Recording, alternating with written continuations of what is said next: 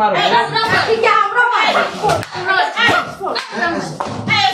কেন বিরক্ত হয়েছে? বিরক্ত করেছি আমি, এটা বলেন। আচ্ছা, আমি বিরক্ত করেছি। বিরক্ত না, যে অন্যায় কাজ করেছেন সেই ওয়ার্ডগুলো বলেন। যে অন্যায় কাজগুলো করেছি সেগুলো আবার একটা মারো মারো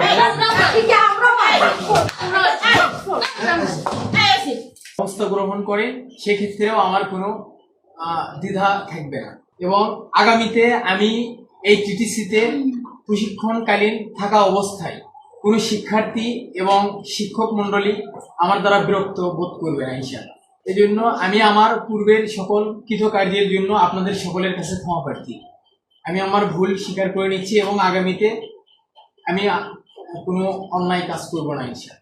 আমি জেনে বলছি এবং স্বাক্ষরও করেছি।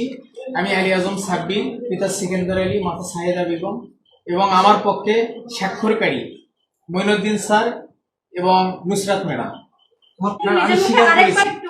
একটু বলেন যে আমি ব্লক বাটিক ট্রেড সহ অন্যান্য সকল ট্রেডের মেয়ে প্রশিক্ষণার্থীদের ইফটিজিং, তারপর হ্যারাসমেন্ট এবং বিভিন্ন ধরনের বাজে মন্তব্য করে তাদেরকে উত্ত্যক্ত করেছি। এই কথাটা আরেকবার একটু আপনি বলেন নিজের গলায়। আচ্ছা, ব্লক বাটিক অথবা টিডিসিতে যত ট্রেড আছে সকল ট্রেডের শিক্ষার্থী মেয়ে শিক্ষার্থীরা আমার দ্বারা বিরক্ত না। আপনি কি কি করেছেন? ইফটিজিং করেছেন।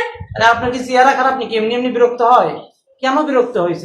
বিরক্ত করেছি আমি, এটা বলেন। আচ্ছা, আমি বিরক্ত করেছি। বিরক্ত না, যে অন্যায় কাজ করেছেন সেই ওয়ার্ডগুলো বলেন। যে অন্যায় কাজগুলো করেছি সেগুলো আবার একটা মারো মারো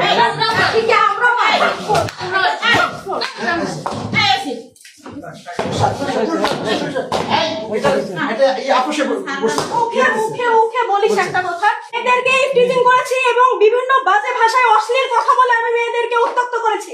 এইটা আমার দ্বারা আর হবে না, এটা বল তুই। করেছি এবং অশালীন ভাষায় কথাবার্তা বলেছি। অশ্লীল ভাষায় কথা বলেছি, সেই জন্য আমি ক্ষমা প্রার্থী এবং আগামীতে আমি এই সকল কার্যক্রম থেকে বিরত থাকব এবং আমি নিজেকে সংশোধন করে